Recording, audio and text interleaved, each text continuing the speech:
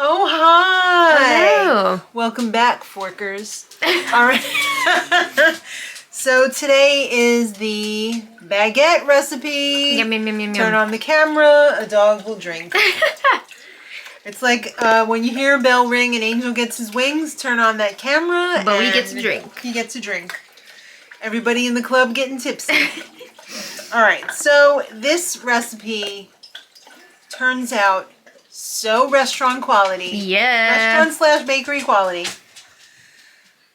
5% effort, 95% payoff. So simple. 4 ingredients: yeast, water, salt, flour. Oh. That's it. Very easy. That is it. So, very easy to do, especially if you have a kitchen scale. I'm not sure what the measurements are without a scale. The only thing you really have to measure is the flour and the water. And honestly, you could probably just eyeball it. Oh. Alright, so we're going to do the scale today just for funsies. Alright, we're going to do grams. And we're going to zero it out. Nope, I just changed the thing. Just kidding. You changed a different setting. Yeah. Alright, now we're going to zero it out. Tear it out. Alright, so we're going to do 550 grams of flour, which is basically about half this bag. So if you wanted to do one of these bags, you could just double the recipe. Good to know. Yes. I mean, it's not that exact. I got 551 there. I mean, that's close enough. Yeah. Alright, so we got our flour. They say in the original recipe to use 2 teaspoons of salt. I think that's a bit much for me, so I'm just going to use half a tablespoon, which is 1.5 teaspoons of salt. Now, they recommend mixing the salt first into the flour because salt equals yeast killer. So you want the salt as dilute as possible before the yeast goes in there so that it doesn't gang up on it and kill it. Very good tip. Yes. I'm just going to measure for the sake of this. You're allowed to measure. It's okay. I would just, let's put a little extra just for fun. Now you're just clowning. Alright, so now the only thing left is the water. So let's just give this a little pre-stir. I think this is 500 mils of water. The marked only goes up to 300. I assume that's 4 and that's possibly 5. We might have to add a little bit extra water, but this is so full. Oh my goodness. To the brim. To the brim. To the bride, to the brim. Yeah, Hamilton. So we're just going to fold this in. You could use one of those Danish whisks as well. That works really good. It's like a dough whisk. But I find that this is pretty good. I just like to do the fold method of just rotate the bowl, fold it in. Schitt's Creek. It's going to be, yeah, it's going to be a very wet dough. A hydrated dough. That dough. Yes. If it's too dry, just add a little bit of water until you get it to the right consistency. And if it's too wet, just add a little bit of flour till you get it to the right consistency. Basically, what you're looking for is a very shaggy dough. And this is looking nice. Oh, thank you. Actually, not really a shaggy. Shaggy would be like there's parts that are like hanging off. We're going to look for a very like homogeneous wet dough.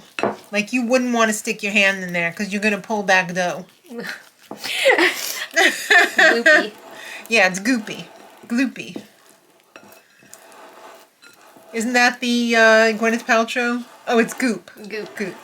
The goopery. Alright, so you don't have to knead it or anything. Just basically, I'm just going to scrape down the sides because I want everything to be in the middle here. Yes, it's going to be this wet. You're not seeing an optical illusion. This is how wet it's going to be. Just make sure there's no flour bubbles in there. So what I usually do is I just throw the spoon in there like that. I take a tea towel. Yes, it is quite stained. This is a working kitchen. And I'm just going to leave it here for 90 minutes. And then I'm going to come back. All right. Sorry, my loud dishwasher is on. All right. So I forgot to show you this when I took the cover off, but it was a little bit more puffed up than this. What you want to do when you take the towel off is try and, you know, just fold it a little bit. You can see, even though the dough is sticky, it's not really sticking to the bowl. So we're going to take some more flour. We're going to take a lot of flour. And we're going to spread it here because we don't want this to stick. Whatever flour you don't use, you can throw back in the flour bin. Alright, so now we're going to put this here.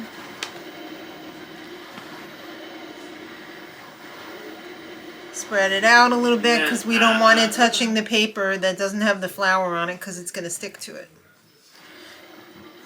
Eyeball. Alright, so we're just going to pick up some flour as we very gently shape it into a loaf situation here. Actually, we're going to cut this in half. You don't need a knife. You could just use your spatula to cut it in half. It's pretty soft.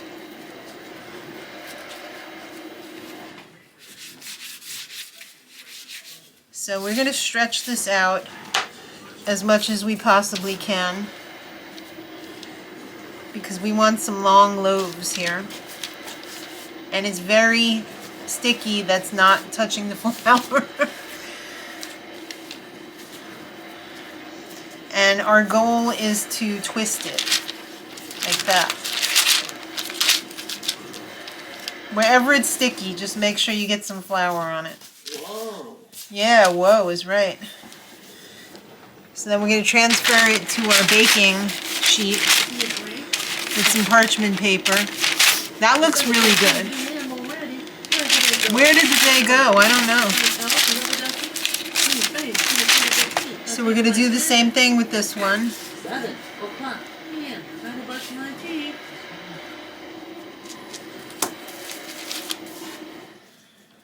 We're going to twist it again.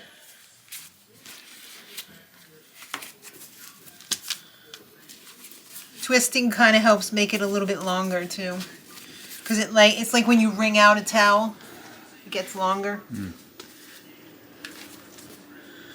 All right, that's looking pretty good too. Now I like to let this rest on top of the oven while I'm heating it up, so that it has a little bit more of a chance to rise.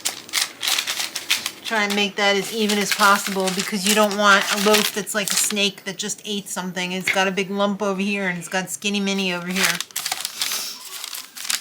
Okay, so we're going to let that rest, let it rise a little bit more. I'm going to turn on my very excellent oven to for you guys 400, for me 390, 385 because mine is very precise.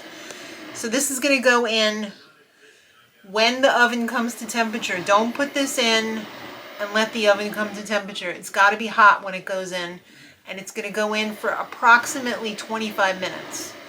Maybe 2 to 3 minutes more if you want it darker. But I'm going to start heating up my oven and we're going to be ready to put it in. Alright, it has been in the oven for 25 minutes. It's been cooling for about 15 minutes. Brandish the loaf. That really looks lovely. Wonderful. It really puffs up when you put it... It really puffs up when you put it in there when the oven is hot. Yeah, crusty. Oh, very nice. Very nice. Everyone knows my secret. I put my Miyokos in my country crock. Or whatever. Yeah, because I don't want to have to recycle it. You know, I want to recycle it by using it. Right.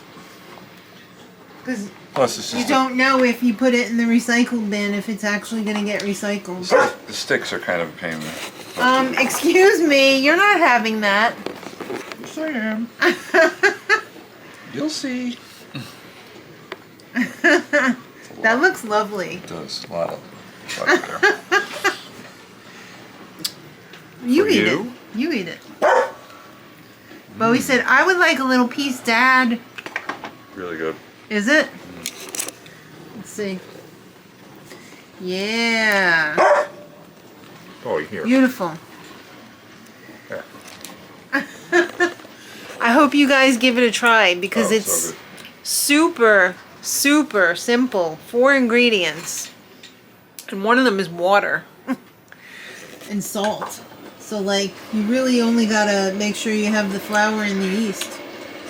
And 25 minutes in the oven, 90 minutes sitting on the counter after you mix it for 5 minutes. I mean, it couldn't get any easier than that.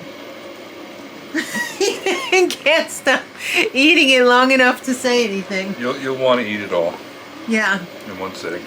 Okay. He begged me to film because he wanted to taste the bread. Please film. Yeah.